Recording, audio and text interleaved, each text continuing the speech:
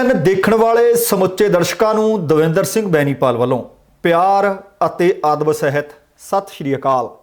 ਦਾ Benipal show ਵਿੱਚ ਤੁਹਾਡਾ ਸਭਨਾਂ ਦਾ ਨਿੱਘਾ ਸਵਾਗਤ। ਆਓ ਦੋਸਤੋ, ਸਭ ਤੋਂ ਪਹਿਲਾਂ ਜਿਹੜੀਆਂ ਖਬਰਾਂ ਨੂੰ ਅੱਜ ਦੇ ਪ੍ਰੋਗਰਾਮ ਦੌਰਾਨ ਆਧਾਰ ਬਣਾ ਕੇ ਵਿਚਾਰ ਚਰਚਾ ਕਰਨੀ ਹੈ, ਸੰਖੇਪ ਦੇ ਵਿੱਚ ਉਹ ਤੁਹਾਡੇ ਨਾਲ ਸਾਂਝੀਆਂ ਕਰਾਂ। ਟਰੰਪ ਖਿਲਾਫ ਮਹਾਦੋਸ਼ ਦੀ ਕਾਰਵਾਈ ਸ਼ੁਰੂ। ਇਟਲੀ ਦੇ ਪ੍ਰਧਾਨ ਮੰਤਰੀ ਨੇ ਹਾਲਾਤ ਨਾ ਸੰਭਾਲ ਸਕਣ ਕਾਰਨ ਆਪਣੇ ਅਹੁਦੇ ਤੋਂ ਦਿੱਤਾ ਅਸਤੀਫਾ। ਟਰੈਕਟਰ ਪਰੇਡ ਦੌਰਾਨ ਹੋਈ ਭੰਨ ਤੋੜ ਤੋਂ ਬਾਅਦ ਪਰਚੇ ਦਰਜ। ਭਾਰਤੀ ਕਿਸਾਨ ਯੂਨੀਅਨ ਨੇ ਹਿੰਸਾ ਲਈ ਪੁਲਿਸ ਨੂੰ ਦੁਹਰਾਇਆ ਜ਼ਿੰਮੇਵਾਰ। ਦਿੱਲੀ ਵਿੱਚ ਹੋਈ ਹਿੰਸਾ ਬਾਅਦ ਸੰਯੁਕਤ ਕਿਸਾਨ ਮੋਰਚਾ ਦਾ ਬਿਆਨ ਜਾਰੀ। ਲਾਲ ਕਿਲੇ ਤੇ ਝੰਡਾ ਲਹਿਰਾਉਣ ਵਾਲੀ ਘਟਨਾ ਤੋਂ ਬਾਅਦ ਗ੍ਰਹਿ ਮੰਤਰਾਲੇ ਨੇ ਲਿਆ ਵੱਡਾ ਫੈਸਲਾ। ਦੀਪ ਸਿੱਧੂ ਨੇ ਪ੍ਰਦਰਸ਼ਨਕਾਰੀਆਂ ਨੂੰ ਭੜਕਾਇਆ। ITO ਵਿੱਚ ਇੱਕ ਕਿਸਾਨ ਦੀ ਹੋਈ ਮੌਤ ਅਤੇ ਕਿਸਾਨ ਧਰਨੇ ਵਿੱਚ ਸ਼ਾਮਲ ਹੋਣ ਜਾ ਰਹੀਆਂ 2 ਔਰਤਾਂ ਦੀ ਮੌਤ ਅਤੇ 5 ਹੋਈਆਂ ਜ਼ਖਮੀ। ਦੋਸਤੋ, ਆਹ ਕੁਝ ਖਬਰਾਂ ਨੇ ਜਿਨ੍ਹਾਂ ਦੇ ਉੱਤੇ ਵਿਸਥਾਰ ਸਹਿਤ ਗੱਲਬਾਤ ਕਰਾਂਗੇ। ਸੋ ਇਹਦੇ ਤੋਂ ਪਹਿਲਾਂ ਕਿ ਇਹਨਾਂ ਦੇ ਉੱਤੇ ਵਿਸਥਾਰ ਨਾਲ ਗੱਲਬਾਤ ਕੀਤੀ ਜਾਵੇ, ਤੁਹਾਨੂੰ ਅਪੀਲ ਹੈ ਕਿ ਜੇਕਰ ਹਾਲੇ ਤੱਕ ਤੁਸੀਂ ਆਪਣੇ ਇਸ ਚੈਨਲ ਨੂੰ ਸਬਸਕ੍ਰਾਈਬ ਨਹੀਂ ਕੀਤਾ, ਕਿਰਪਾ ਕਰਕੇ ਸਬਸਕ੍ਰਾਈਬ ਕਰਕੇ ਨੋਟੀਫਿਕੇਸ਼ਨ ਵਾਲੀ ਘੰਟੀ ਜ਼ਰੂਰ ਨੱਪ ਲੈਣੀ। ਆਓ ਹੁਣ ਖਬਰਾਂ ਦੇ ਵਿਸਥਾਰ ਵੱਲ ਰੁਖ ਕਰਦੇ ਹਾਂ। ਅਮਰੀਕਾ ਦੇ ਸਾਬਕਾ ਰਾਸ਼ਟਰਪਤੀ ਟਰੰਪ ਜਿੰਨੀ ਦੇਰ ਅਹੁਦੇ ਤੇ ਰਹੇ ਨੇ, ਸੁਰਖੀਆਂ ਵਿੱਚ ਰਹਿੰਦੇ ਸੀ ਆਪਣੇ ਕੰਮਕਾਰ ਨੂੰ ਲੈ ਕੇ, ਆਪਣੇ ਵਤੀਰੇ ਨੂੰ ਲੈ ਕੇ, ਤੇ ਹੁਣ ਜਾਣ ਤੋਂ ਬਾਅਦ ਇੱਕ ਵਾਰੀ ਫਿਰ ਤੋਂ ਰਾਸ਼ਟਰਪਤੀ ਸਾਬਕਾ ਟਰੰਪ ਉਹਨਾਂ ਦਾ ਮੁਸ਼ਕਲਾਂ, ਮੈਨੂੰ ਲੱਗਦਾ ਕਿ ਛੱਡਣ ਦਾ ਖਿਆਲ, ਉਹਨਾਂ ਦਾ ਖਹਿੜਾ ਛੱਡਣ ਦਾ ਖਿਆਲ ਨਹੀਂ ਲੈ ਰਹੀਆਂ। ਰਾਸ਼ਟਰਪਤੀ ਟਰੰਪ ਦੇ ਖਿਲਾਫ ਮਹਾਦੋਸ਼ ਦੀ ਕਾਰਵਾਈ ਕੱਲ੍ਹ ਸ਼ੁਰੂ ਕਰ ਦਿੱਤੀ ਗਈ। ਹਾਊਸ ਆਫ ਰਿਪਰੈਜ਼ੈਂਟੇਟਿਵ ਨੇ ਪ੍ਰਸਤਾਵ ਪਾਸ ਕਰ ਦਿੱਤਾ ਅਤੇ ਪਾਸ ਕਰਕੇ ਸੈਨੇਟ ਨੂੰ ਭੇਜ ਦਿੱਤਾ ਹੈ। ਤੇ ਦੂਸਰੇ ਪਾਸੇ ਰਾਸ਼ਟਰਪਤੀ ਜੋ ਬਾਈਡਨ ਨੇ ਵੀ ਸਾਬਕਾ ਰਾਸ਼ਟਰਪਤੀ ਤੇ ਮਹਾਦੋਸ਼ ਚਲਾਉਣ ਦਾ ਸਮਰਥਨ ਕੀਤਾ ਹੈ। ਤੇ ਹੁਣ ਸਾਬਕਾ ਰਾਸ਼ਟਰਪਤੀ ਟਰੰਪ ਨੂੰ 8 ਫਰਵਰੀ ਜਾਂ ਉਸ ਤੋਂ ਬਾਅਦ ਆਪਣਾ ਪੱਖ ਰੱਖਣ ਦਾ ਮੌਕਾ ਦਿੱਤਾ ਜਾਏਗਾ। ਦੱਸਣਾ ਬਣਦਾ ਹੈ ਕਿ ਸਾਬਕਾ ਰਾਸ਼ਟਰਪਤੀ ਟਰੰਪ ਦੇ ਖਿਲਾਫ ਮਹਾਦੋਸ਼ 6 ਜਨਵਰੀ ਨੂੰ ਇਲੈਕਟੋਰਲ ਕਾਲਜ ਦੇ ਜਿਹੜੇ ਵੋਟਾਂ ਦੀ ਗਿਣਤੀ ਹੋ ਰਹੀ ਸੀ, ਜਦੋਂ ਸੰਸਦ ਦੇ ਵਿੱਚ ਉਸ ਦੌਰਾਨ ਉਸ ਦੇ ਸਮਰਥਕ ਆਏ ਅਤੇ ਉਹ ਹਿੰਸਾ ਭੜਕਾਉਣ ਦੇ ਦੋਸ਼ ਨੇ। ਉਹਨਾਂ ਨੇ ਸੰਸਦ ਦੇ ਬਾਹਰ ਵੀ ਅਤੇ ਸੰਸਦ ਦੇ ਅੰਦਰ ਵੀ ਹਿੰਸਾ ਭੜਕਾਈ, ਜਿਸ ਕਾਰਨ 6 ਲੋਕਾਂ ਦੀ ਮੌਤ ਹੋ ਗਈ ਸੀ। ਦੱਸਣਾ ਬਣਦਾ ਹੈ ਕਿ ਸਾਬਕਾ ਰਾਸ਼ਟਰਪਤੀ ਟਰੰਪ ਤੇ ਪਹਿਲੀ ਵਾਰੀ ਨਹੀਂ, ਇਹਦੇ ਤੋਂ ਪਹਿਲਾਂ 18 ਦਸੰਬਰ 2019 ਨੂੰ ਵੀ ਮਹਾਦੋਸ਼ ਦੀ ਪ੍ਰਕਿਰਿਆ ਸ਼ੁਰੂ ਹੋਈ ਸੀ। ਇੱਥੇ ਆ ਵੀ ਗੱਲ ਇੱਕ ਖਾਸ ਤੌਰ ਤੇ ਦੱਸਣ ਵਾਲੀ ਹੈ ਕਿ ਅਸਲ ਦੇ ਵਿੱਚ ਡੈਮੋਕ੍ਰੇਟਸ ਨੇ ਨਾ ਜਿਹੜੇ, ਉਹ ਸਾਬਕਾ ਰਾਸ਼ਟਰਪਤੀ ਟਰੰਪ ਨੂੰ ਸਾਲ 2024 ਦੀ ਚੋਣ ਲੜਨ ਤੋਂ ਲਾਂਭੇ ਵੀ ਕਰਵਾਉਣਾ ਚਾਹੁੰਦੇ ਹੈ, ਜਿਸ ਦੇ ਕਾਰਨ ਉਹ ਇਹ ਮਹਾਦੋਸ਼ ਦੀ ਪ੍ਰਕਿਰਿਆ ਨੂੰ ਅਗਲੇ ਪੜਾਅ ਵੱਲ ਲਿਜਾਣਾ ਚਾਹੁੰਦੇ ਹੈ। ਪਰ ਵੇਖਣਾ ਹੋਏਗਾ ਕਿ ਉਹਨਾਂ ਦੀ ਰਿਪਬਲਿਕਨ ਪਾਰਟੀ ਦੇ ਲੋਕ, ਸੈਨੇਟਰ ਸਮਰਥਨ ਦਿੰਦੇ ਹੈ ਜਾਂ ਨਹੀਂ ਦਿੰਦੇ। ਸੋ ਅਗਲੀ ਖਬਰ ਆਪਣੇ ਆਪ ਦੇ ਵਿੱਚ ਬਹੁਤ ਮਹੱਤਵਪੂਰਨ ਹੈ ਕਿ ਇੱਕ ਵਿਅਕਤੀ ਦੀ ਪ੍ਰਧਾਨ ਮੰਤਰੀ ਦੇ ਹੁੰਦਿਆਂ ਜ਼ਿੰਮੇਵਾਰੀ ਆਪਣੇ ਮੁਲਕ ਦੇ ਲੋਕਾਂ ਪ੍ਰਤੀ ਕੀ ਹੁੰਦੀ ਹੈ। ਇਹ ਖਬਰ ਇਟਲੀ ਤੋਂ ਮਿਲੀ ਹੈ। ਇਟਲੀ ਦੇ ਪ੍ਰਧਾਨ ਮੰਤਰੀ ਆਪਣੇ ਅਹੁਦੇ ਤੋਂ ਅਸਤੀਫਾ ਦੇ ਗਏ ਨੇ। ਕਾਰਨ ਇਹ ਕਿ ਕੋਵਿਡ-19 ਦੇ ਹਾਲਾਤ ਇੱਕ ਵਾਰ ਫਿਰ ਤੋਂ ਵਿਗੜ ਰਹੇ ਨੇ ਇਟਲੀ ਵਿੱਚ। ਉਹ ਕਹਿੰਦੇ ਮੈਂ ਉਹਨਾਂ ਨੂੰ ਸੰਭਾਲ ਨਹੀਂ ਸਕਿਆ, ਇਸ ਕਰਕੇ ਮੇਰੀ ਲੋਕ ਆਲੋਚਨਾ ਕਰ ਰਹੇ ਸਨ, ਜਿਸ ਦੇ ਮੱਦੇਨਜ਼ਰ ਪ੍ਰਧਾਨ ਮੰਤਰੀ ਗਿਊਸੇਪੇ ਕੋਂਟੇ ਨੇ ਅੱਜ ਆਪਣੇ ਅਹੁਦੇ ਤੋਂ ਅਸਤੀਫੇ ਦਾ ਐਲਾਨ ਕਰ ਦਿੱਤਾ। ਸਵੇਰ ਵਕਤ ਉਹ ਰਾਸ਼ਟਰਪਤੀ ਨਾਲ ਮੁਲਾਕਾਤ ਕਰਨ ਗਏ ਅਤੇ ਉਸ ਵਕਤ ਉਹਨਾਂ ਨੇ ਆਪਣਾ ਅਸਤੀਫਾ ਰਾਸ਼ਟਰਪਤੀ ਨੂੰ ਸੌਂਪ ਦਿੱਤਾ। ਫਿਰ ਰਾਸ਼ਟਰਪਤੀ ਨੇ ਉਹਨਾਂ ਨੂੰ ਜਿੰਨੀ ਦੇਰ ਤੱਕ ਅਗਲਾ ਪ੍ਰਧਾਨ ਮੰਤਰੀ ਕੋਈ ਮੁਲਕ ਨੂੰ ਮਿਲ ਨਹੀਂ ਜਾਂਦਾ, ਕੰਮ ਚਲਾਉਣ ਵਾਸਤੇ ਉਹਨਾਂ ਨੂੰ ਆਖਿਆ ਕਿ ਕੰਮ ਚਲਾਓ, ਪ੍ਰਧਾਨ ਮੰਤਰੀ ਦੇ ਵਜੋਂ ਤੁਸੀਂ ਸੇਵਾਵਾਂ ਦਿਓ। ਤੇ ਹੁਣ ਬੁੱਧਵਾਰ ਨੂੰ ਸਾਰੀਆਂ ਪਾਰਟੀਆਂ ਦੀ ਬੈਠਕ ਸੱਦੀ ਗਈ ਹੈ। ਦੱਸਣਾ ਬਣਦਾ ਹੈ ਕਿ ਕੋਂਟੇ ਸਾਲ 2018 ਤੋਂ ਰਲੀ ਮਿਲੀ ਇੱਕ ਗੱਠਜੋੜ ਸਰਕਾਰ ਦੀ ਅਗਵਾਈ ਕਰਦੇ ਆ ਰਹੇ ਸਨ। ਤੇ ਇਹ ਵੀ ਗੱਲ ਇੱਥੇ ਖਾਸ ਤੌਰ ਤੇ ਉਚੇਚੇ ਤੌਰ ਤੇ ਦੱਸਣ ਵਾਲੀ ਹੈ ਕਿ ਹਾਲੇ ਇੱਕ ਹਫ਼ਤਾ ਪਹਿਲਾਂ ਹੀ ਉਹਨਾਂ ਨੇ ਲੋਅਰ ਹਾਊਸ ਦੇ ਵਿੱਚ ਬਹੁਮਤ ਸਿੱਧ ਕਰਕੇ ਦਿਖਾਇਆ ਸੀ, ਪਰ ਆ ਲੋਕਾਂ ਦੀ ਆਲੋਚਨਾ ਹੋਣ ਦੇ ਕਾਰਨ ਆਪਣਾ ਅਹੁਦਾ ਤਿਆਗ ਦਿੱਤਾ ਉਹਨਾਂ ਨੇ। ਉਹ ਕਹਿੰਦਾ ਜੇ ਲੋਕ ਪਸੰਦ ਨਹੀਂ ਕਰਦੇ, ਲੋਕਾਂ ਨੂੰ ਲੱਗਦਾ ਮੈਂ ਸਹੀ ਤਰੀਕੇ ਨਾਲ ਕੰਮਕਾਜ ਨਹੀਂ ਕਰ ਰਿਹਾ, ਤੇ ਭਾਈ ਅਹੁਦੇ ਤੋਂ ਪਾਸੇ ਹੁੰਦੇ ਆ। ਤੇ ਉਧਰ ਨਜ਼ਰ ਮਾਰੋ, ਹੁਣ ਲੋਕ ਕਿੰਨੇ ਔਖੇ ਨੇ, ਕਿੰਨੀਆਂ ਕਿੱਡੇ ਅੰਦੋਲਨ ਚੱਲ ਰਹੇ ਨੇ, ਪਰ ਅਸੀਂ ਇੱਕ ਟਵੀਟ ਕਰਨਾ ਵੀ ਜਾਇਜ਼ ਨਹੀਂ ਸਮਝਿਆ। ਤੇ ਹੁਣ ਆਪਾਂ ਟਰੈਕਟਰ ਪਰੇਡ ਦੇ ਨਾਲ ਜੁੜੀਆਂ ਖਬਰਾਂ ਤੇ ਚਰਚਾ ਕਰਾਂਗੇ। ਤੁਹਾਨੂੰ ਪਤਾ ਕਿ 26 ਜਨਵਰੀ ਗਣਤੰਤਰ ਦਿਵਸ ਦੁਨੀਆ ਭਰ ਦੀਆਂ ਨਜ਼ਰਾਂ ਟਿਕੀਆਂ ਸੀ संयुक्त किसान मोर्चा वार-वार अपीलां करता रहा कि प्रपोज्ड रूट ते जाना है, आपां शांति बरकरार रखनी है, पर इंज हो ना सकिया। दिल्ली के ਵੱਖੋ-ਵੱਖ इलाकों के ਜਿਹੜੀ ਇਹ ਪਰੇਡ ਨਿਕਲੀ, ਕੁਝ ਲੋਕ ਤਾਂ ਉਹ ਸਨ ਜਿਹੜੇ ਪ੍ਰਪੋਜ਼ਡ ਰੂਟ ਤੇ ਗਏ, ਪਰ ਕੁਝ ਲੋਕ ਆਪ ਮੁਹਾਰੇ ਹੋ ਤੁਰੇ। ਤੇ ਇਸ ਮਾਮਲੇ ਦੇ ਵਿੱਚ ਪੁਲਿਸ ਨੇ ਕੁੱਲ 7 FIRs ਦਰਜ ਕੀਤੀਆਂ ਨੇ। 4 ਈਸਟਰਨ ਰੇਂਜ ਦੇ ਵਿੱਚ ਕੀਤੀਆਂ ਨੇ, ਇੱਕ ਦੁਆਰਕਾ ਦੇ ਬਾਬੇ ਹਰੀਦਾਸ ਨਗਰ ਪੁਲਿਸ ਸਟੇਸ਼ਨ ਵਿੱਚ ਕੀਤੀ ਹੈ, ਇੱਕ ਨਸਵਗੜ੍ਹ ਵਿੱਚ ਕੀਤੀ ਹੈ, ਇੱਕ ਉੱਤਮ ਨਗਰ ਵਿੱਚ ਦਰਜ ਕੀਤੀ ਹੈ। ਤੇ ਇਸੇ ਤਰ੍ਹਾਂ ਹਿੰਸਾ ਦੇ 4 ਹੋਰ ਮਾਮਲੇ ਵੀ ਦਰਜ ਕੀਤੇ ਗਏ ਨੇ। ਇਹਨਾਂ ਵਿੱਚੋਂ ਇੱਕ ਪਾਂਡਵ ਨਗਰ 'ਚ, 2 ਗਾਜ਼ੀਪੁਰ 'ਚ ਅਤੇ ਇੱਕ ਸੀਮਾਪੁਰੀ ਦੇ ਵਿੱਚ ਦਰਜ ਕੀਤਾ ਗਿਆ ਹੈ। ਦੱਸਿਆ ਗਿਆ ਕਿ ਪ੍ਰਦਰਸ਼ਨਕਾਰੀਆਂ ਨੇ 8 ਬੱਸਾਂ, 17 ਗੱਡੀਆਂ, 4 ਕੰਟੇਨਰ ਅਤੇ 300 ਤੋਂ ਜ਼ਿਆਦਾ ਬੈਰੀਕੇਡ ਤੋੜੇ ਨੇ। ਇਹ ਵੀ ਦੱਸਿਆ ਗਿਆ ਹੈ ਕਿ ਟਰੈਕਟਰ ਪਰੇਡ ਦੀ ਜਿਹੜੀ ਹਿੰਸਾ ਹੋਈ ਉਹਦੇ ਵਿੱਚ ਜ਼ਖਮੀ ਹੋਏ ਪੁਲਿਸ ਮੁਲਾਜ਼ਮਾਂ ਦੀ ਗਿਣਤੀ ਲਗਾਤਾਰ ਵਧ ਰਹੀ ਹੈ ਤੇ ਹੁਣ ਤੱਕ ਦੀਆਂ ਮਿਲੀਆਂ ਖਬਰਾਂ ਦੇ ਅਨੁਸਾਰ 86 ਪੁਲਿਸ ਮੁਲਾਜ਼ਮ ਜ਼ਖਮੀ ਹੋਏ ਨੇ। ਇਹਨਾਂ ਵਿੱਚੋਂ ਕਈਆਂ ਦੀ ਹਾਲਤ ਗੰਭੀਰ ਵੀ ਦੱਸੀ ਗਈ ਹੈ। 45 ਪੁਲਿਸ ਮੁਲਾਜ਼ਮਾਂ ਨੂੰ ਸਿਵਲ ਲਾਈਨ ਹਸਪਤਾਲ ਦੇ ਟਰਾਮਾ ਸੈਂਟਰ ਦੇ ਵਿੱਚ ਭਰਤੀ ਕਰਵਾਇਆ ਗਿਆ। ਉੱਥੇ ਹੀ 18 ਪੁਲਿਸ ਮੁਲਾਜ਼ਮ LNJP ਹਸਪਤਾਲ ਦੇ ਵਿੱਚ ਭਰਤੀ ਕੀਤੇ ਗਏ ਨੇ। ਇਹ ਪੁਲਿਸ ਨੇ ਦਿੱਤੀ ਹੈ ਜਾਣਕਾਰੀ ਕਿ ਇੰਨੇ ਸਾਡੇ ਮੁਲਾਜ਼ਮ ਜ਼ਖਮੀ ਹੋਏ ਤੇ ਇੰਨੇ ਬੰਦਿਆਂ ਦੇ ਉੱਤੇ FIR ਦਰਜ ਕੀਤੀ ਗਈ ਹੈ। ਪਰ ਹੁਣ ਇਹ ਸਾਰਾ ਵਾਪਰਿਆ ਕਿਵੇਂ, ਇਹਦੀ ਪਿੱਠ ਭੂਮੀ ਕੀ ਸੀ, ਇਹ ਵਿਚਾਰਨੀ ਬਹੁਤ ਜ਼ਰੂਰੀ ਹੈ ਗੱਲ। ਹੁਣ ਇਹ ਪਹਿਲਾਂ ਤੋਂ ਦੱਸਿਆ ਗਿਆ ਸੀ ਕਿ ਅਸੀਂ ਇਸ ਗਣਤੰਤਰ ਦਿਵਸ ਦੇ ਮੌਕੇ ਤੇ ਟਰੈਕਟਰ ਪਰੇਡ ਕਰਨੀ ਹੈ ਤੇ ਕਿਸਾਨ ਨੇਤਾ ਆਖ ਰਹੇ ਨੇ ਕਿ ਅਸੀਂ ਤਾਂ ਵਾਰ-ਵਾਰ ਆਖਿਆ ਸੀ ਕਿ ਸ਼ਾਂਤੀ ਬਣਾ ਕੇ ਰੱਖਣੀ ਹੈ। ਸਾਨੂੰ ਜਿਹੜੇ ਫੋਲੋ ਕਰਨ ਵਾਲੇ ਲੋਕ ਸੀ, ਕਿਸਾਨ ਏਕਤਾ ਮੋਰਚਾ ਦੇ ਨਾਲ ਇਤਫਾਕ ਰੱਖਣ ਵਾਲੇ, ਉਹ ਜਿਹੜਾ ਪੁਲਿਸ ਨਾਲ ਸਾਡਾ ਸਮਝੌਤਾ ਹੋਇਆ ਸੀ ਉਹਦੇ ਅਧੀਨ ਹੀ ਗਏ ਆ। ਸਿੰਘੂ, ਟਿਕਰੀ ਅਤੇ ਗਾਜ਼ੀਪੁਰ ਬਾਰਡਰ ਸਮੇਤ ਬਹੁਤ ਸਾਰੀਆਂ ਥਾਵਾਂ ਤੋਂ ਪੁਲਿਸ ਕਹਿੰਦੀ ਕਿ ਬੈਰੀਕੇਡ ਤੋੜੇ ਆ ਤੇ ਲੋਕ ਦਿੱਲੀ ਦੀਆਂ ਸਰਹੱਦਾਂ ਦੇ ਵਿੱਚ ਦਾਖਲ ਹੋਏ ਅਤੇ ਆਖਰਕਾਰ ਲਾਲ ਕਿਲੇ ਦੇ ਅੰਦਰ ਤੱਕ ਜਾ ਵੜੇ। ITO ਦੇ ਪੁਲਿਸ ਮੁੱਖ ਦਫ਼ਤਰ ਦੇ ਸਾਹਮਣੇ ਪੁਲਿਸ ਅਤੇ ਕਿਸਾਨਾਂ ਦੇ ਵਿਚਕਾਰ ਝੜਪਾਂ ਵੀ ਹੋਈਆਂ ਨੇ ਤੇ ਪੁਲਿਸ ਭਾਰਤੀ ਕਿਸਾਨ ਯੂਨੀਅਨ ਨੇ ਦੱਸਿਆ ਕਿ ਜਿਹੜੀ ਦਿੱਲੀ ਦੇ ਵਿੱਚ ਇਹ ਝੜਪ ਹੋਈ ਜਾਂ ਹਿੰਸਾ ਹੋਈ, ਇਹਦੇ ਵਾਸਤੇ ਅਸੀਂ ਦਿੱਲੀ ਪੁਲਿਸ ਨੂੰ ਅਤੇ ਸਥਾਨਕ ਪ੍ਰਸ਼ਾਸਨ ਨੂੰ ਜ਼ਿੰਮੇਵਾਰ ਠਹਿਰਾਉਂਦੇ ਹਾਂ। ਉਹਨਾਂ ਨੇ ਆਪਣੇ ਇੱਕ ਬਿਆਨ ਦੇ ਵਿੱਚ ਕਿਹਾ ਕਿ ਕਿਸਾਨ ਉਸ ਰਾਹ ਤੇ ਚੱਲ ਰਹੇ ਸਨ ਜੋ ਟਰੈਕਟਰ ਮਾਰਚ ਲਈ ਤਜਵੀਜ਼ਸ਼ੁਦਾ ਸੀ ਜਾਂ ਆਪਾਂ ਆਖ ਸਕਦੇ ਹਾਂ ਕਿ ਤੈਅ ਕੀਤਾ ਗਿਆ ਸੀ, ਪਰ ਕਈਆਂ ਥਾਵਾਂ ਦੇ ਉੱਤੇ ਪੁਲਿਸ ਨੇ ਬੈਰੀਕੇਡ ਨਹੀਂ ਲਾਏ। ਗੁੰਮਰਾਹ ਕਰਨ ਦੀ ਜਾਣ-ਬੁੱਝ ਕੇ ਕੋਸ਼ਿਸ਼ ਕੀਤੀ। ਇਸ ਦਾ ਨਤੀਜਾ ਇਹ ਹੋਇਆ ਕਿ ਟਰੈਕਟਰ ਵਾਲੇ ਸਾਰੇ ਕਿਹੜਾ ਦਿੱਲੀ ਨੂੰ ਜਾਣਦੇ ਆ ਕਿ ਭਾਈ ਆਹ ਰਾਹ ਕਿੱਧਰ ਨੂੰ ਜਾਂਦਾ ਹੈ। ਉਹ ਕਹਿੰਦੇ ਬਹੁਤ ਸਾਰੇ ਟਰੈਕਟਰ ਸਵਾਰ ਭਟਕ ਕੇ ਦਿੱਲੀ ਦੇ ਅੰਦਰ ਚਲੇ ਗਏ। ਨਤੀਜਾ ਇਹ ਹੋਇਆ ਕਿ ਕੁਝ ਸ਼ਰਾਰਤੀ ਵਿਅਕਤੀਆਂ ਨੇ, ਤੱਤਾਂ ਨੇ, ਕੁਝ ਸੰਗਠਨਾਂ ਨੇ ਇਹ ਮੌਕਾ ਲੈ ਕੇ ਇਸ ਸ਼ਾਂਤੀਪੂਰਨ ਚੱਲ ਰਹੇ ਪ੍ਰਦਰਸ਼ਨ ਦੇ ਵਿੱਚ ਅੜਿੱਕਾ ਪਾਉਣ ਦੀ ਕੋਸ਼ਿਸ਼ ਕੀਤੀ।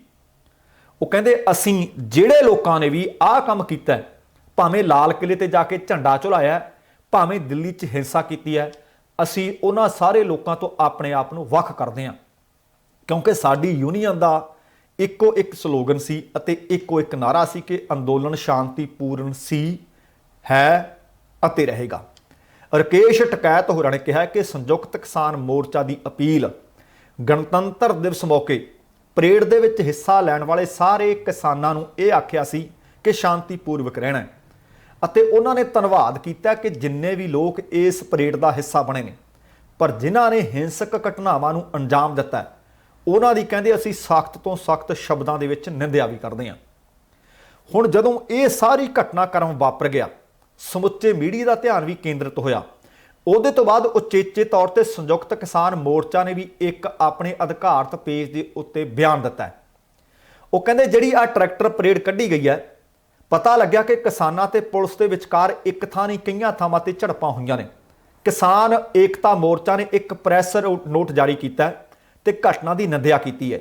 ਸੰਯੁਕਤ ਕਿਸਾਨ ਮੋਰਚਾ ਨੇ ਆਖਿਆ ਕਿ ਅੱਜ ਦੀ ਕਿਸਾਨ ਗਣਤੰਤਰ ਦਿਵਸ ਪਰੇਡ ਵਿੱਚ ਹਿੱਸੇਦਾਰੀ ਲਈ ਅਸੀਂ ਕਿਸਾਨਾਂ ਦਾ ਧੰਨਵਾਦ ਕਰਦੇ ਹਾਂ। ਅਸੀਂ ਅੱਜ ਹੋਣ ਵਾਲੀਆਂ ਕੁਝ ਅਸਵੀਕਾਰਯੋਗ ਘਟਨਾਵਾਂ ਦੀ ਨਿੰਦਿਆ ਵੀ ਕਰਦੇ ਹਾਂ ਅਤੇ ਖੇਦ ਵੀ ਜ਼ਾਹਰ ਕਰਦੇ ਹਾਂ। ਸਾਡੀਆਂ ਸਾਰੀਆਂ ਕੋਸ਼ਿਸ਼ਾਂ ਦੇ ਬਾਵਜੂਦ ਕੁਝ ਲੋਕਾਂ ਅਤੇ ਸੰਗਠਨਾਂ ਨੇ ਨਿਯਮਾਂ ਦੀ ਉਲੰਘਣਾ ਕੀਤੀ ਅਤੇ ਨਿੰਦਣਯੋਗ ਸਰਗਰਮੀਆਂ ਦੇ ਵਿੱਚ ਸ਼ਾਮਲ ਹੋਏ। ਗੈਰ ਸਮਾਜਿਕ ਤੱਤਾਂ ਨੇ ਇਸ ਸ਼ਾਂਤੀਪੂਰਨ ਅੰਦੋਲਨ ਨੂੰ ਤੋੜਨ ਦੀ ਕੋਸ਼ਿਸ਼ ਕੀਤੀ ਅਸੀਂ ਹਮੇਸ਼ਾ ਮੰਨਿਆ ਕਿ ਸ਼ਾਂਤੀ ਸਾਡੀ ਸਭ ਤੋਂ ਵੱਡੀ ਤਾਕਤ ਹੈ। ਕਿਸੇ ਵੀ ਹਿੰਸਕ ਸਰਗਰਮੀ ਨਾਲ ਅੰਦੋਲਨ ਨੂੰ ਨੁਕਸਾਨ ਪੁੱਜੇਗਾ। 6 ਮਹੀਨੇ ਤੋਂ ਵੱਧ ਲੰਬਾ ਸਮਾਂ ਹੋ ਗਿਆ ਸੰਘਰਸ਼ ਚੱਲਦੇ ਨੂੰ, ਤੇ 2 ਮਹੀਨੇ ਤੋਂ ਜ਼ਿਆਦਾ ਹੋ ਗਏ ਦਿੱਲੀ ਵਿੱਚ ਕੜਾਕੇ ਦੀ ਸਰਦੀ ਦੇ ਵਿੱਚ ਬੈਠਿਆਂ ਨੂੰ ਅੰਦੋਲਨ ਕਰ ਰਹੇ ਹਨ। ਤੇ ਹੁਣ ਅਜਿਹੀ ਸਥਿਤੀ ਬਣੀ, ਅਸੀਂ ਸਾਰੇ ਤੱਤਾਂ ਤੋਂ ਖੁਦ ਨੂੰ ਵੱਖ ਕਰਦੇ ਹਾਂ ਜਿਨ੍ਹਾਂ ਨੇ ਅਨੁਸ਼ਾਸਨ ਭੰਗ ਕੀਤਾ। ਅਸੀਂ ਸਾਰਿਆਂ ਨੂੰ ਅਪੀਲ ਕਰਦੇ ਹਾਂ ਕਿ ਅੱਗੇ ਵਾਸਤੇ ਵੀ ਸ਼ਾਂਤੀ ਬਣਾ ਕੇ ਰੱਖੀ ਜਾਵੇ ਅਤੇ ਮਾਪਦੰਡਾਂ ਦੇ ਅਨੁਸਾਰ ਹੀ ਚੱਲਿਆ ਜਾਵੇ। ਉਹ ਕਹਿੰਦੇ ਕਿਸੇ ਵੀ ਹਿੰਸਕ ਕਾਰਵਾਈ ਜਾਂ ਰਾਸ਼ਟਰੀ ਪ੍ਰਤੀਕ ਚਿੰਨ੍ਹਾਂ ਜਾਂ ਮਰਿਆਦਾਵਾਂ ਨੂੰ ਠੇਸ ਪਹੁੰਚਾਉਣ ਵਾਲੀ ਕਿਸੇ ਵੀ ਸਰਗਰਮੀ ਨਾਲ ਸਾਡਾ ਕੋਈ ਲੈਣਾ ਦੇਣਾ ਨਹੀਂ। ਅਸੀਂ ਅਪੀਲ ਕੀਤੀ ਸੀ ਅਤੇ ਅਪੀਲ ਕਰਦੇ ਹਾਂ ਕਿ ਇਸ ਤਰ੍ਹਾਂ ਦੀਆਂ ਕਾਰਵਾਈਆਂ ਤੋਂ ਦੂਰ ਰਿਹਾ ਜਾਵੇ। ਦੇਖੋ ਕਿ ਉਹਨਾਂ ਨੇ ਪਹਿਲਾਂ ਵੀ ਸੁਹਿਰਦਤਾ ਦੇ ਨਾਲ ਅਪੀਲਾਂ ਕੀਤੀਆਂ ਸੀ ਤੇ ਇਸ ਵਾਪਰੀ ਘਟਨਾ ਜਾਂ ਘਟਨਾਵਾਂ ਤੋਂ ਬਾਅਦ ਵੀ ਅਪੀਲ ਅਤੇ ਨਾਲ ਆਪਣਾ ਫਿਰ ਉਹੀ ਨਾਰਾ, ਉਹੀ ਅਪੀਲ ਦੁਬਾਰਾ ਕੀਤੀ ਹੈ। ਹੁਣ ਲਾਲ ਕਿਲੇ ਦੇ ਉੱਤੇ ਝੰਡਾ ਲਹਿਰਾ ਦਿੱਤਾ ਗਿਆ। ਉੱਥੇ ਤੱਕ ਵੱਡੀ ਗਿਣਤੀ ਵਿੱਚ ਲੋਕ ਪਹੁੰਚੇ, ਇਹਦੇ ਤੋਂ ਇਨਕਾਰ ਕੀਤਾ ਨਹੀਂ ਜਾ ਸਕਦਾ। ਜਦੋਂ ਇਹ ਸਭ ਕੁਝ ਵਾਪਰ ਰਿਹਾ ਸੀ ਤਾਂ ਫਿਰ ਦਿੱਲੀ ਗ੍ਰਹਿ ਮੰਤਰਾਲਾ, ਕੇਂਦਰੀ ਗ੍ਰਹਿ ਮੰਤਰਾਲਾ ਹਰਕਤ ਵਿੱਚ ਆਇਆ। ਕਿਸਾਨਾਂ ਤੇ ਪੁਲਿਸ ਵਿਚਕਾਰ ਝੜਪਾਂ ਵੀ ਹੋਈਆਂ ਨੇ, ਮੁੱਕਰਿਆ ਨਹੀਂ ਜਾ ਸਕਦਾ। ਕੇਂਦਰੀ ਗ੍ਰਹਿ ਮੰਤਰੀ ਅਮਿਤ ਸ਼ਾਹ ਨੇ ਫਿਰ ਇੱਕ ਨਹੀਂ ਉੱਚ ਪੱਧਰੀ ਕਈ ਮੀਟਿੰਗਾਂ ਕੀਤੀਆਂ। ਮੀਟਿੰਗਾਂ ਦੇ ਵਿੱਚ ਗ੍ਰਹਿ ਸਕੱਤਰ ਅਤੇ ਦਿੱਲੀ ਦੇ ਪੁਲਿਸ ਕਮਿਸ਼ਨਰ ਵੀ ਮੌਜੂਦ ਰਹੇ। ਬੈਠਕ ਤੋਂ ਬਾਅਦ ਇਹ ਦੱਸਿਆ ਗਿਆ ਕਿ ਫੈਸਲਾ ਕਰ ਲਿਆ ਗਿਆ ਕਿ ਦਿੱਲੀ ਦੇ ਵਿੱਚ ਨੀਮ ਫੌਜੀ ਬਲਾਂ ਦੀਆਂ 15 ਕੰਪਨੀਆਂ ਤਾਇਨਾਤ ਕੀਤੀਆਂ ਜਾਣਗੀਆਂ। ਇਸ ਦੇ ਨਾਲ ਹੀ CRPF ਦੀਆਂ 10 ਕੰਪਨੀਆਂ ਵੀ ਤਾਇਨਾਤ ਰਹਿਣਗੀਆਂ। ਦਿੱਲੀ ਪੁਲਿਸ ਕਮਿਸ਼ਨਰ ਨੇ ਜਵਾਨਾਂ ਨੂੰ ਨਿਰਦੇਸ਼ ਦੇ ਦਿੱਤੇ ਹੈ ਕਿ ਉਹ ਪ੍ਰਦਰਸ਼ਨਕਾਰੀਆਂ ਦੇ ਨਾਲ ਪੂਰੀ ਤਾਕਤ ਨਾਲ ਮੁਕਾਬਲਾ ਕਰਨ। ਉਹਨਾਂ ਇਹ ਵੀ ਕਿਹਾ ਕਿ ਜਵਾਨ ਪ੍ਰਦਰਸ਼ਨਕਾਰੀਆਂ ਨਾਲ ਪੂਰੀ ਸਖਤੀ ਨਾਲ ਹੁਣ ਨਜਿੱਠਣਗੇ। ਉੱਥੇ ਹੀ ਇੰਡੀਆ ਗੇਟ ਵੱਲ ਜਾਣ ਵਾਲੇ ਸਾਰੇ ਰਸਤੇ ਵੀ ਉਹਨਾਂ ਨੇ ਬੰਦ ਕੀਤੇ। ਦੱਸਣਾ ਬਣਦਾ ਹੈ ਕਿ ਆਲਾ ਪੁਲਿਸ ਅਧਿਕਾਰੀਆਂ ਦੇ ਨਾਲ ਜਿਹੜੀ ਬੈਠਕ ਕੀਤੀ ਗ੍ਰਹਿ ਮੰਤਰਾਲੇ ਨੇ, ਦਿੱਲੀ ਦੇ ਵਿੱਚ ਹੋਈ ਹਿੰਸਾ ਨੂੰ ਲੈ ਕੇ ਕਹਿੰਦੇ ਵਿਆਪਕ ਪੱਧਰ ਤੇ ਚਰਚਾ ਹੋਈ। ਗ੍ਰਹਿ ਮੰਤਰਾਲੇ ਨੇ ਅੰਦਰੂਨੀ ਸੁਰੱਖਿਆ ਫੋਰਸ ਨੂੰ ਅਲਰਟ ਰਹਿਣ ਵਾਸਤੇ ਆਖਿਆ। ਬੈਠਕ ਦੇ ਵਿੱਚ ਕੇਂਦਰੀ ਗ੍ਰਹਿ ਮੰਤਰੀ ਨੇ ਦਿੱਲੀ ਦੇ ਹਾਲਾਤ ਤੇ ਸਾਰੀ ਜਾਣਕਾਰੀ ਲਈ ਰਿਪੋਰਟ ਤਲਬ ਕੀਤੀ। ਉੱਥੇ ਹੀ ਲਾਲ ਕਿਲੇ ਦੇ ਆਲੇ ਦੁਆਲੇ ਵਾਧੂ ਫੋਰਸ ਵੀ ਲਾ ਦਿੱਤੀ। ਹੁਣ ਆਪਣੇ ਆਪ ਦੇ ਵਿੱਚ ਹੈਰਾਨੀਜਨਕ ਗੱਲ ਹੈ ਕਿ ਤੁਸੀਂ ਦੇਖੋ 26 ਜਨਵਰੀ ਦਾ ਦਿਨ ਹੈ। ਵੈਸੇ ਵੀ ਲਾਲ ਕਿਲੇ ਦੇ ਵਿੱਚ ਪਰਿੰਦਾ ਨਹੀਂ ਪਰ ਮਾਰ ਸਕਦਾ।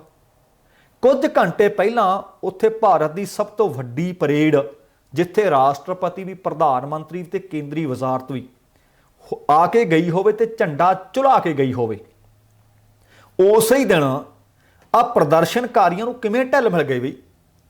ਇੱਕ ਪਾਸੇ ਜਦੋਂ ਇਸ ਗੱਲ ਦਾ ਪਤਾ ਵੀ ਹੈ ਕਿ ਅੱਜ ਕੁਝ ਵੀ ਹੋ ਸਕਦਾ, ਕਿਉਂਕਿ ਦਿੱਲੀ ਪੁਲਿਸ ਤੇ ਗ੍ਰਹਿ ਮੰਤਰਾਲਾ ਕਾਫੀ ਦੇਰ ਦਾ ਕਹਿ ਰਿਹਾ ਸੀ ਕਿ ਕੋਈ ਵੀ ਅਣਸੁਖਾਵੀ ਘਟਨਾ ਵਾਪਰ ਸਕਦੀ ਹੈ। ਹੁਣ ਇਹ ਤਾਂ ਹੈ ਨਹੀਂ ਕਿ ਜਦੋਂ ਦਿੱਲੀ ਦੇ ਵਿੱਚ ਬੈਰੀਕੇਡ ਤੋੜ ਕੇ ਇਹ ਲੋਕ ਸ਼ਾਮਲ ਹੋਏ ਜਿਨ੍ਹਾਂ ਦਾ ਮਨਸੂਬਾ ਸੀ ਕਿ ਅਸੀਂ ਕਿਸਾਨ ਆਗੂਆਂ ਦੀ ਗੱਲ ਨਹੀਂ ਮੰਨਣੀ ਤੇ ਆਪਣੀ ਲਕੀਰ ਅਲੱਗ ਖਿੱਚਣੀ ਹੈ, ਉਹ ਲਾਲ ਕਿਲੇ ਤੱਕ ਜਾਣ ਵੀ ਦਿੱਤੇ ਗਏ, ਲਾਲ ਕਿਲੇ ਦੇ ਅੰਦਰ ਵੀ ਵੜਨ ਦਿੱਤੇ ਗਏ, ਉਹਨਾਂ ਨੂੰ ਝੰਡਾ ਵੀ ਲਹਿਰਾਉਣ ਦਿੱਤਾ ਗਿਆ ਤੇ ਬਾਅਦ ਦੇ ਵਿੱਚ ਉਹਨਾਂ ਨੂੰ ਬਾਹਰ ਵੀ ਕੱਢ ਦਿੱਤਾ ਗਿਆ। ਘੱਟੋ ਘੱਟ ਘੰਟਾ ਡੇਢ ਘੰਟਾ ਇਹ ਕੰਮ ਚੱਲਦਾ ਰਿਹਾ। ਇਹਦਾ ਮਤਲਬ ਕਿਤੇ ਨਾ ਕਿਤੇ ਸਰਕਾਰ ਟੂਲ ਲੈਣਾ ਚਾਹੁੰਦੀ ਸੀ ਕਿ ਸਾਡੇ ਹੱਥ 'ਚ ਤਾਂ ਕੁਝ ਆਵੇ, ਇਸ ਕਰਕੇ ਢਿੱਲ ਵੀ ਦੇ ਕੇ ਰੱਖੀ। ਤੇ ਹੁਣ ਜੇਕਰ ਕੋਈ ਇਹ ਆਖੇਗਾ ਕਿ ਆਹ ਕੰਮ ਕੀਤਾ ਨਹੀਂ, ਭਾਈ ਸਭਨਾਂ ਦੀਆਂ ਵੀਡੀਓ ਪਈਆਂ ਨੇ, ਝੰਡਾ ਲਹਿਰਾਉਣ ਦੀਆਂ ਫੋਟੋਆਂ ਪਈਆਂ ਨੇ ਤੇ ਉੱਥੇ ਲਾਠੀ ਚਾਰਜ ਜਿਹੜਾ ਜੰਮ ਕੇ ਹੋਇਆ ਉਹਦੀਆਂ ਵੀ ਖਬਰਾਂ ਤੁਹਾਡੇ ਸਾਹਮਣੇ ਨੇ। ਕਿਤੇ ਨਾ ਕਿਤੇ ਢਿੱਲ ਵੀ ਦਿੱਤੀ ਗਈ ਤੇ ਬਾਅਦ ਦੇ ਵਿੱਚ ਢਿੰਬਰੀ ਟਾਈਟ ਵੀ ਕੀਤੀ ਗਈ। ਤੇ ਇਸੇ ਦਰਮਿਆਨ ਇੱਕ ਮੰਦਭਾਗੀ ਖਬਰ ਆਈ ਹੈ, ਕਿਉਂਕਿ ਬਹੁਤ ਸਾਰੀਆਂ ਰੋਕਾਂ ਤੋੜ ਕੇ, ਬੈਰੀਕੇਡ ਤੋੜ ਕੇ ਲਾਲ ਕਿਲੇ ਤੱਕ ਕਿਸਾਨ ਪੁੱਜੇ ਹੈ, ਉੱਥੇ ਆਪਣਾ ਝੰਡਾ ਵੀ ਲਹਿਰਾਇਆ। ਬਾਅਦ ਦੇ ਵਿੱਚ ਕਿਸਾਨਾਂ ਨੂੰ ਲਾਲ ਕਿਲੇ ਵਿੱਚੋਂ ਕੱਢਿਆ ਵੀ ਗਿਆ। ਇਸ ਵਾਸਤੇ ਪਹਿਲਾਂ ਵੀ ਲਾਠੀ ਚਾਰਜ ਰਸਤਿਆਂ ਵਿੱਚ ਹੋਇਆ ਤੇ ਉੱਥੇ ਵੀ ਹੋਇਆ। ਇਸ ਤੋਂ ਪਹਿਲਾਂ ਖਬਰ ਮਿਲੀ ਕਿ ITO ਵਿੱਚ ਪੁਲਿਸ ਨਾਲ ਝੜਪ ਹੋਈ ਤੇ ITO ਵਿੱਚ ਇੱਕ ਟਰੈਕਟਰ ਪਲਟਣ ਕਾਰਨ ਦੱਸਿਆ ਗਿਆ ਕਿ ਕਿਸਾਨ ਦੀ ਮੌਤ ਹੋਈ ਹੈ, ਪਰ ਨਾਲ ਜਾਣਕਾਰੀ ਇਹ ਵੀ ਮਿਲ ਰਹੀ ਸੀ ਹੁਣ ਇਹਦੇ ਉੱਤੇ ਜਾਂਚ ਹੋਣੀ ਚਾਹੀਦੀ ਹੈ। ਭਾਵੇਂ ਦੱਸਿਆ ਜਾ ਰਿਹਾ ਕਿ ਬੈਰੀਕੇਡ ਨੂੰ ਤੋੜਦੇ ਸਮੇਂ ਟਰੈਕਟਰ ਪਲਟਿਆ ਤੇ ਉਸ ਨੌਜਵਾਨ ਕਿਸਾਨ ਦੀ ਮੌਤ ਹੋ ਗਈ, ਪਰ ਇਹ ਵੀ ਨਾਲ ਦੱਸਿਆ ਜਾ ਰਿਹਾ ਹੈ ਕਿ ਪਹਿਲਾਂ ਗੋਲੀ ਵੱਜੀ ਹੈ ਤੇ ਫਿਰ ਕਿਸਾਨ ਦੀ ਮੌਤ ਹੋਈ ਹੈ। ਭਾਵੇਂ ਕੁਝ ਵੀ ਹੈ, ਇਹ ਮੰਦਭਾਗੀ ਘਟਨਾ ਵਾਪਰੀ ਹੈ। ਅਸਲ ਦੇ ਵਿੱਚ ਮ੍ਰਿਤਕ ਕਿਸਾਨ ਉੱਤਰਾਖੰਡ ਦੇ ਰਾਮਪੁਰ ਦੀ ਬਿਲਾਸਪੁਰ ਤਹਿਸੀਲ ਦੇ ਪਿੰਡ ਡਿਬਡਿਬੇ ਦਾ ਰਹਿਣ ਵਾਲਾ ਸੀ। ਇਸ ਤੋਂ ਪਹਿਲਾਂ ਮਕਰਬਾ ਚੌਂਕ ਦੇ ਵਿੱਚ ਵੀ ਕਿਸਾਨਾਂ ਨੂੰ ਅੱਗੇ ਵਧਣ ਤੋਂ ਰੋਕਣ ਦੇ ਵਾਸਤੇ ਪੁਲਿਸ ਨੇ ਕਿਸਾਨਾਂ ਤੇ ਲਾਠੀਚਾਰਜ ਕੀਤਾ, ਅਥਰੂ ਗੈਸ ਤੇ ਗੋਲੇ ਵੀ ਛੱਡੇ। ਇਸ ਕਾਰਨ ਉੱਥੇ ਹਾਲਾਤ ਕਾਫੀ ਤਣਾਅਪੂਰਨ ਬਣੇ ਸਨ। ਜਿਹੜੀ ਸੂਚਨਾ ਮਿਲੀ ਹੈ ਉਸ ਦੇ ਮੁਤਾਬਕ ਇਸ ਹਿੰਸਾ ਵਿੱਚ ਦਰਜਨਾਂ ਲੋਕ ਜ਼ਖਮੀ ਹੋਏ ਨੇ ਤੇ ਨਾਲ ਪੁਲਿਸ ਦੇ ਜਵਾਨਾਂ ਨੂੰ ਵੀ ਸੱਟਾਂ ਲੱਗੀਆਂ। ਇਸੇ ਦੌਰਾਨ ਬੱਸਾਂ ਤੇ ਕਾਰਾਂ ਦੀ ਵੀ ਭੰਨ ਤੋੜ ਕੀਤੀ ਗਈ। ਕਿਸਾਨ ਪੁਲਿਸ ਰੋਕਾਂ ਤੋੜ ਕੇ ਅੱਗੇ ਵਧਦੇ ਗਏ, ਪੈਦਲ ਵੀ ਅੱਗੇ ਵਧੇ ਤੇ ਟਰੈਕਟਰ ਵੀ ਅੱਗੇ ਗਏ। ਤੇ ਦੂਸਰੇ ਪਾਸੇ ਗਾਜ਼ੀਪੁਰ ਸਰਹੱਦੀ ਪਰੇਡ ਜਦੋਂ ਅਕਸ਼ਰਧਾਮ ਪੁੱਜੀ, ਉੱਥੇ ਵੀ ਪੁਲਿਸ ਨੇ ਅਥਰੂ ਗੈਸ ਤੇ ਗੋਲੇ ਛੱਡੇ ਤੇ ਉਧਰ ਟਿੱਕਰੀ ਬਾਰਡਰ ਤੋਂ ਸ਼ੁਰੂ ਹੋਈ ਪਰੇਡ ਨੂੰ ਵੀ ਨਾਂਗਲੋਈ ਦੇ ਵਿੱਚ ਰੋਕ ਲਿਆ ਗਿਆ ਤੇ ਬਾਅਦ ਦੁਪਹਿਰ ਨਾਂਗਲੋਈ ਦੇ ਵਿੱਚ ਵਿਆਪਕ ਹਿੰਸਾ ਦੀਆਂ ਖਬਰਾਂ ਵੀ ਮਿਲੀਆਂ। ਹਾਲਾਤ ਕੁੱਲ ਮਿਲਾ ਕੇ ਕਈਆਂ ਥਾਵਾਂ ਤੇ ਤਣਾਅਪੂਰਨ ਰਹੇ ਅਤੇ ਦਿੱਲੀ ਵਿੱਚ ਘੱਟੋ ਘੱਟ 20 ਮੈਟਰੋ ਸਟੇਸ਼ਨ ਸਨ ਜਿਹੜੇ ਪੂਰੀ ਤਰ੍ਹਾਂ ਮੁਕੰਮਲ ਤੌਰ ਤੇ ਬੰਦ ਕੀਤੇ ਗਏ। ਪਰ ਸੋਚਣ ਵਾਲੀ ਗੱਲ ਇਹ ਹੈ ਕਿ ਕਿਸਾਨ ਆਗੂਆਂ ਨੂੰ ਅੱਜ ਤੱਕ ਸ਼ਾਂਤਮਈ ਤਰੀਕੇ ਨਾਲ ਚੱਲ ਰਹੇ ਸੰਘਰਸ਼ ਦੇ ਉੱਤੇ ਕੋਈ ਉਂਗਲ ਰੱਖਣ ਨੂੰ ਸਰਕਾਰ ਨੂੰ ਨਹੀਂ ਸੀ ਮਿਲ ਰਹੀ। ਫਿਰ ਆਹ ਕਿਹੜੇ ਲੋਕ ਨੇ ਜਿਨ੍ਹਾਂ ਨੇ ਕਿਸਾਨ ਆਗੂਆਂ ਨੂੰ ਕਟਹਿਰੇ ਵਿੱਚ ਲਿਆ ਕੇ ਖੜਾ ਕਰ ਦਿੱਤਾ ਹੈ? ਉਹ ਕਿਹੜੇ ਲੋਕ ਨੇ ਜਿਨ੍ਹਾਂ ਨੂੰ ਕਿਸਾਨ ਆਗੂਆਂ ਦੀਆਂ ਕੀਤੀਆਂ ਪੰਜਾਬੀ, ਹਿੰਦੀ ਜਾਂ ਅੰਗਰੇਜ਼ੀ ਦੇ ਵਿੱਚ ਦਿੱਤੀਆਂ ਸਪੀਚਾਂ ਜਾਂ ਅਪੀਲਾਂ ਸਮਝ ਨਹੀਂ ਆਈਆਂ? ਇਹ ਕਿਹੜੀ ਬੋਲੀ ਸਮਝਦੇ ਹੋਣਗੇ ਬਈ ਲੋਕ? ਇਹ ਆਪਣੇ ਆਪ ਦੇ ਵਿੱਚ ਬਹੁਤ ਮਹੱਤਵਪੂਰਨ ਸਵਾਲ ਹੈ। ਅਤੇ ਇਸ ਮੌਕੇ ਦਾ ਸਵਾਲ ਹੈ ਜਦੋਂ ਅੰਦੋਲਨ ਲਗਾਤਾਰ ਅੱਗੇ ਵਧ ਰਿਹਾ ਸੀ। ਸੁਪਰੀਮ ਕੋਰਟ ਜਦੋਂ ਆਖ ਰਹੀ ਸੀ ਕਿ ਅੰਦੋਲਨ ਸ਼ਾਂਤਮਈ ਚੱਲ ਰਿਹਾ ਹੈ, ਇਹਨਾਂ ਨੂੰ ਉਠਾਇਆ ਨਹੀਂ ਜਾ ਸਕਦਾ, ਇਹ ਜਮਹੂਰੀ ਹੱਕ ਹੈ, ਆਹ ਹੱਕ ਤੇ ਡਾਕਾ ਨਾ ਮਰਵਾ ਦੇਣਾ ਆ ਕੁਝ ਲੋਕ। ਹੁਣ ਇਹ ਸੋਚਣ ਵਾਲੀ ਗੱਲ ਹੈ ਕਿ ਕੀ ਇਹ ਕਿਸਾਨਾਂ ਵਾਲੇ ਪਾਸੇ ਹੈ ਜਾਂ ਇਹ ਸਰਕਾਰ ਵਾਲੇ ਪਾਸੇ ਹੈ, ਕਿਉਂਕਿ ਬਹੁਤ ਸਾਰੇ ਚਿਹਰੇ ਮੋਰੇ ਨੰਗੇ ਹੋ ਗਏ। ਪਤਾ ਨਹੀਂ ਕਦੋਂ ਕਦੇ ਉਹ ਆਸ ਲਾਈ ਬੈਠੇ ਸੀ ਕਿ ਸਾਨੂੰ ਕੋਈ ਇਸ ਤਰ੍ਹਾਂ ਦਾ ਮੌਕਾ ਮਿਲੇ ਕਿ ਅਸੀਂ ਕੋਈ ਟੂਲ ਸਰਕਾਰ ਦੇ ਹੱਥ ਵਿੱਚ ਫੜਾ ਦਈਏ। ਕੰਗਣਾ ਵੀ ਖੁੱਲ੍ਹ ਕੇ ਬੋਲੀ ਹੈ, ਬੋਲਣ ਦੇ ਮੌਕੇ ਦਿੱਤੇ ਹੈ।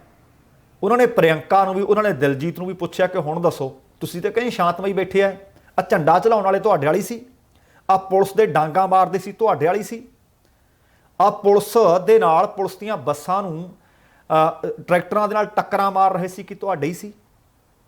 ਹੁਣ ਤੁਸੀਂ ਦੇਖੋ ਕਿ ਭਾਵੇਂ ਆਪਾਂ ਇਨਕਾਰ ਕਰੀਏ ਕਿ ਉਹ ਕਿਸਾਨ ਨਹੀਂ ਸੀ, ਪਰ ਸੱਚਮੁੱਚ ਸੀ ਕਿਸਾਨ, ਪਰ ਇਹ ਸੀ ਕਿ ਉਹ ਰਸਤੇ ਤੋਂ ਭਟਕੇ। ਪਰ ਹੁਣ ਪ੍ਰਦਰਸ਼ਨਕਾਰੀ ਨੂੰ ਭਟਕਾਇਆ ਕੀ ਨੇ? ਆਪਣੇ ਆਪ ਦੇ ਵਿੱਚ ਵੱਡਾ ਸਵਾਲ ਹੈ।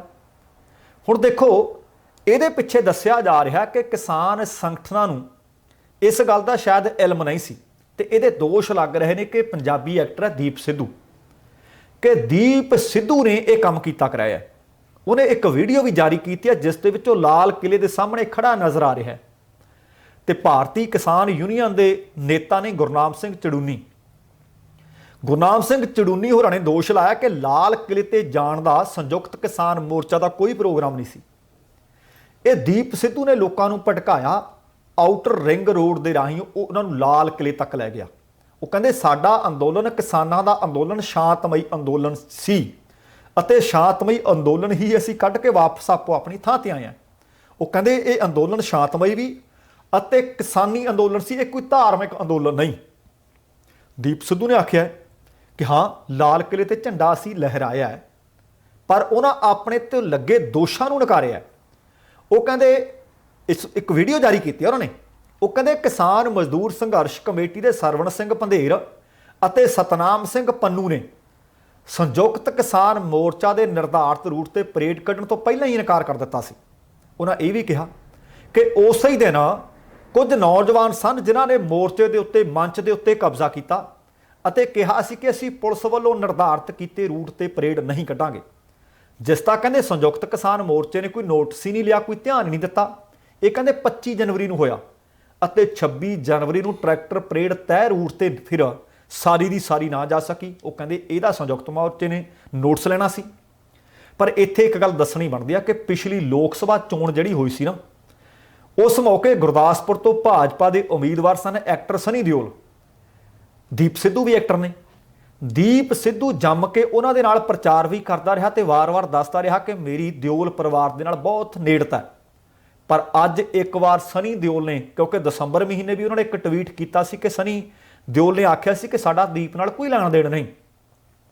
ਸਨੀ ਦਿਓਲ ਨੇ ਇਹ ਆਖਿਆ ਆਪਣੇ ਅਧਿਕਾਰਤ ਟਵਿੱਟਰ ਹੈਂਡਲ ਤੇ ਵੀ ਲਿਖਿਆ ਕਿ ਸਾਡਾ ਭਾਵ ਮੇਰਾ ਤੇ ਮੇਰੇ ਪਰਿਵਾਰ ਦਾ ਦੀਪ ਸਿੱਧੂ ਨਾਲ ਕੋਈ ਸੰਬੰਧ ਨਹੀਂ। ਪਰ ਦੂਸਰੇ ਪਾਸੇ ਸੋਸ਼ਲ ਮੀਡੀਆ ਦੇ ਉੱਤੇ ਕੁਝ ਤਸਵੀਰਾਂ ਵਾਇਰਲ ਹੋ ਰਹੀਆਂ ਨੇ। ਤਸਵੀਰਾਂ ਦੇ ਵਿੱਚ ਉਹ ਭਾਰਤ ਦੇ ਪ੍ਰਧਾਨ ਮੰਤਰੀ ਅਤੇ ਕੇਂਦਰੀ ਗ੍ਰਹਿ ਮੰਤਰੀ ਨਾਲ ਬੈਠੇ ਨਜ਼ਰ ਆ ਰਹੇ ਨੇ ਤੇ ਕਿਰਤੀ ਕਿਸਾਨ ਯੂਨੀਅਨ ਦੇ ਉਪ ਪ੍ਰਧਾਨ ਨੇ ਰਾਜਿੰਦਰ ਸਿੰਘ ਦੀਪ ਸਿੰਘ ਵਾਲਾ। ਉਹਨਾਂ ਨੇ ਕਿਹਾ ਕਿ ਕੇਂਦਰ ਸਰਕਾਰ ਸ਼ੁਰੂ ਤੋਂ ਹੀ ਕਿਸਾਨ ਅੰਦੋਲਨ ਨੂੰ ਫਿਰਕੂ ਰੰਗਤ ਦੇਣਾ ਚਾਹੁੰਦੀ ਸੀ, ਜੋ ਕਿ ਦੀਪ ਸਿੱਧੂ ਨੇ ਚੰਗੀ ਸੇਵਾ ਨਿਭਾ ਦਿੱਤੀ ਹੈ। ਇਹ ਉਹਨਾਂ ਨੇ ਖੁਦ ਆਖਿਆ। ਸੋ ਅੱਜ ਤੱਕ ਬਹੁਤ ਸਾਰੇ ਲੋਕ ਆਖ ਰਹੇ ਸੀ ਕਿ ਸਾਨੂੰ ਇਹਨਾਂ ਦੀ ਨੀਅਤ ਤੇ ਸ਼ੱਕ ਹੈ, ਪਰ ਅੱਜ ਜੋ ਕੁਝ ਆ ਗਿਆ ਉਹ ਲਗਭਗ ਸਭਨਾਂ ਦੇ ਸਾਹਮਣੇ ਹੈ। ਤੁਸੀਂ ਦੇਖੋ ਕਿ ਪਹਿਲਾਂ ਇੱਕ ਕਿਸਾਨ ਦੀ ਮੌਤ ਇਸ ਟਰੈਕਟਰ ਪਰੇਡ ਵਿੱਚ ਹੋਈ ਹੈ ਤੇ ਹੋਰ ਮਾੜੀਆਂ ਤੇ ਮੰਦਭਾਗੀਆਂ ਖਬਰਾਂ ਮਿਲੀਆਂ ਨੇ। ਗਣਤੰਤਰ ਦਿਵਸ ਦੇ ਮੌਕੇ ਤੇ ਗੁਰੂ ਕੀ ਨਗਰੀ ਸ਼੍ਰੀ ਅੰਮ੍ਰਿਤਸਰ ਸਾਹਿਬ ਤੋਂ ਇਹ ਬੁਰੀ ਖਬਰ ਆਈ ਹੈ। ਕਿਸਾਨਾਂ ਦੇ ਧਰਨੇ ਦੇ ਵਿੱਚ ਸ਼ਾਮਲ ਹੋਣ ਜਾ ਰਹੀਆਂ ਸਨ ਔਰਤਾਂ ਦੇ ਜੱਥੇ ਤੇ ਕਸਬਾ ਵੱਲਾਂ ਦੇ ਨਜ਼ਦੀਕ ਇੱਕ ਪਾਣੀ ਵਾਲਾ ਟੈਂਕਰ ਆ ਚੜਿਆ।